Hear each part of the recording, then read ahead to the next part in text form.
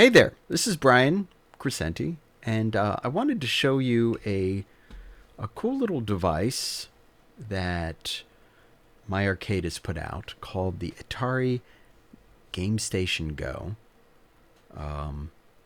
Unfortunately, I don't think you'll be able to really hear what it sounds like when it turns on, or the amazing menu music it plays. Because it's not super loud. It has speakers down here, and my microphone is way up here where you can't see it. But it is a neat system. The first thing you're going to notice when you turn this on, besides the banging music, of course, are these controllers. There's a lot of them. You've got a spinner. You've got a D-pad. You've got a little roller here. You've got your 4 face buttons, and then you have a keypad numbered 1 through 0, 10, or 0 through 9, with an asterisk and a pound.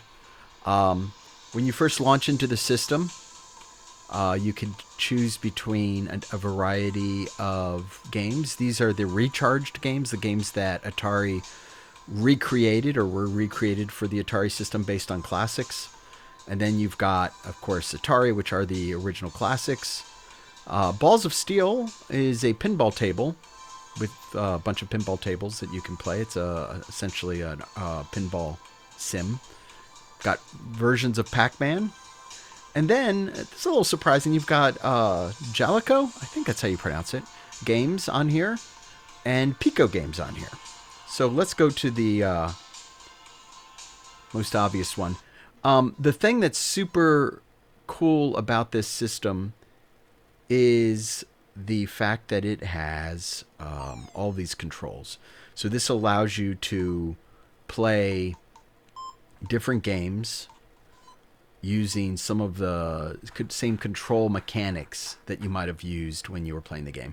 Another thing that's super neat is when you launch the game, it actually uses this glow technology to light up what controls you're supposed to be using. So that doesn't happen until you launch the game. But for instance, if I was playing Tempest, this will light up, and I think one button lights up. Anyway, these games are broken down into the system they were on: a 2600, 5200, 7800 arcade games, and then the M Network games. There's also an option to just go straight to a listing of all the multiplayer games pulled from all those systems. Let's go to the arcade, though, because I want to show you Tempest. It's the easiest example here. Red Baron, by the way. Whoops. Red Baron is on this system.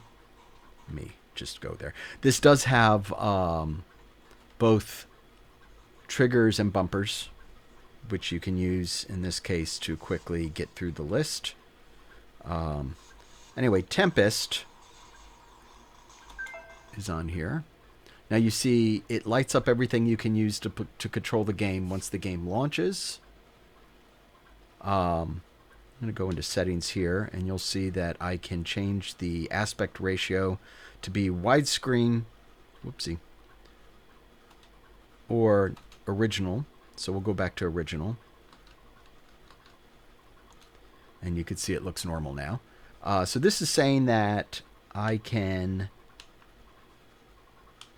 play the game using any of these controls. I can use this if I want to, or I can use, whoopsie, I can use the spinner, which is, of course, the way you want to play this game.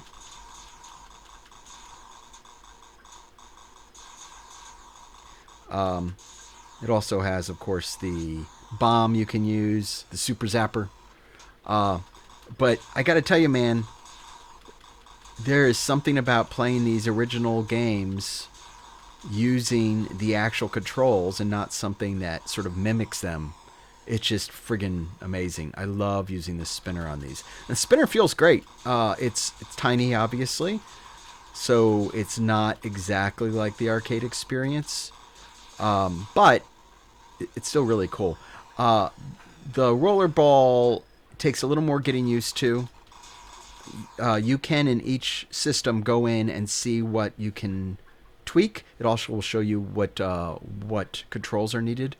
In this case, I cannot adjust the sensitivity of the spinner or the ball, which is a bit of a bummer. But I think what they've done is they've gone with the original options. So, for instance, if I play Centipede on the Atari 7800, it's going to take a second to load. I believe, if memory serves, oh no, this is only a D-pad version. So I'm going to push the home button to get out of here. I will say there are a couple things that I would love that they changed, but let me just show you what changing some of the controls are like here. Let's see if it allows it in this. So I'm going to see what we've got here. So again, this is only using the D-pad. I have not memorized. This gets me to my point. One of the points I wanted to make. It would be wonderful if you, while you were cycling through games, it actually showed you what you'd be using. So for instance, when I go to Tempest, it'd be great if it lit up the spinner and the roller ball, because then I know, oh, that's what I'll be using. Obviously, that's the case with a lot of these arcade games, that they have those controls. But, you know, you don't know if there's going to be any option like that in some of these others. Let me show you some of my other favorite stuff, though. I wasn't super impressed with the Recharge games. I hadn't played them before. And I have to say, I don't know, they're fine. Actually, Missile Command's pretty cool.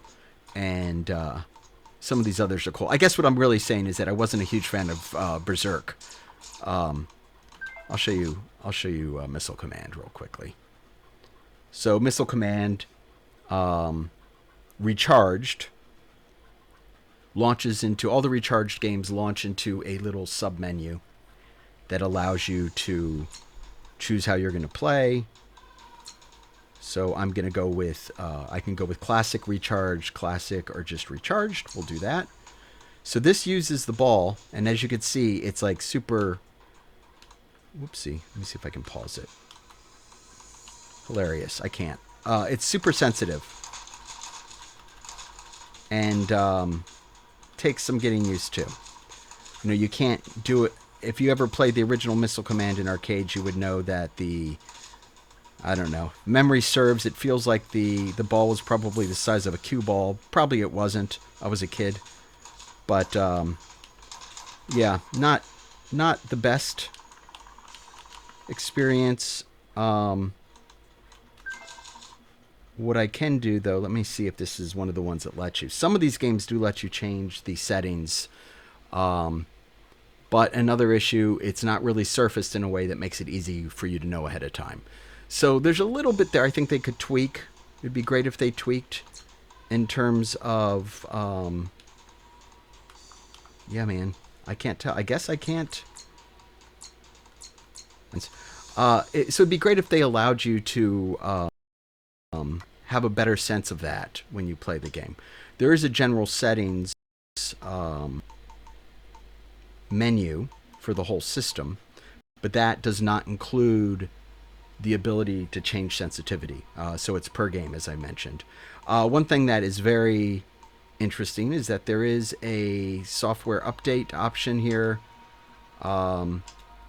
And it'll check and see if there's any updates available. There aren't any, but obviously it means they can update it.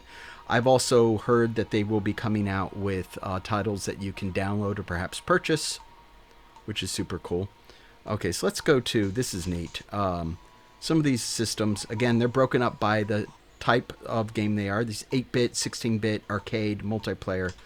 You probably, or maybe have not heard of or played a lot of these games, or at least not played them in a long time. These are all games that were in arcades. So that's really cool. It's got all of these. Let's go back to Pico. Some really great little titles in here that maybe you've never had a chance to play. I personally found a game I was playing. Shoot, I think it was a Jellico game. What was it? It was a... Oh, here it is. Ignite Factor. Amazing little game where you're a firefighter. It's like a tactical firefighting real-time strategy game. I love it. Never heard of it, never played it. Now I'm enjoying it. So very cool. Anyway, yeah, so it has some issues, most of which I think it can be solved. I think if they made, if they did a system level settings that allowed you to change the sensitivity of this and maybe the spinner, that would be fantastic. Or if they made it a little more obvious how and when you can change those settings when it uses this. Again, the other thing I really love is that when I'm going through these games, knowing is this going to have support for a spinner. Here I'll show you Centipede, the arcade version, or a ball. So I've launched it and it's now showing me it's going to use the A ball. I can use the D-pad if I want to, or I can use the ball. Yeah, so as you can see, the struggle here, like trying to figure out when can I actually adjust the settings. It's a bit of a bummer. A couple other things there is on the top. There's a home button that lets you just exit straight out of the system. People will be happy, delighted to know that there is a way to put memory in here, a little memory stick. And I've seen people talking about loading ROMs on this, and your mileage may vary, but it does apparently support that. Uses a USB-C to charge. Does have an HDMI out, so you can play this on your television. And I love this part, this little feature. It even has a little stand that's built into it. So if you buy one of its controllers, for instance, you could play with the controller. It doesn't come with one. The controllers they sell also have all these features. By the way, I should have mentioned this. The Atari 7800, I believe it's a 7800, appears to be the only system that uses... that was the wrong game to choose. That uses the number pad right now.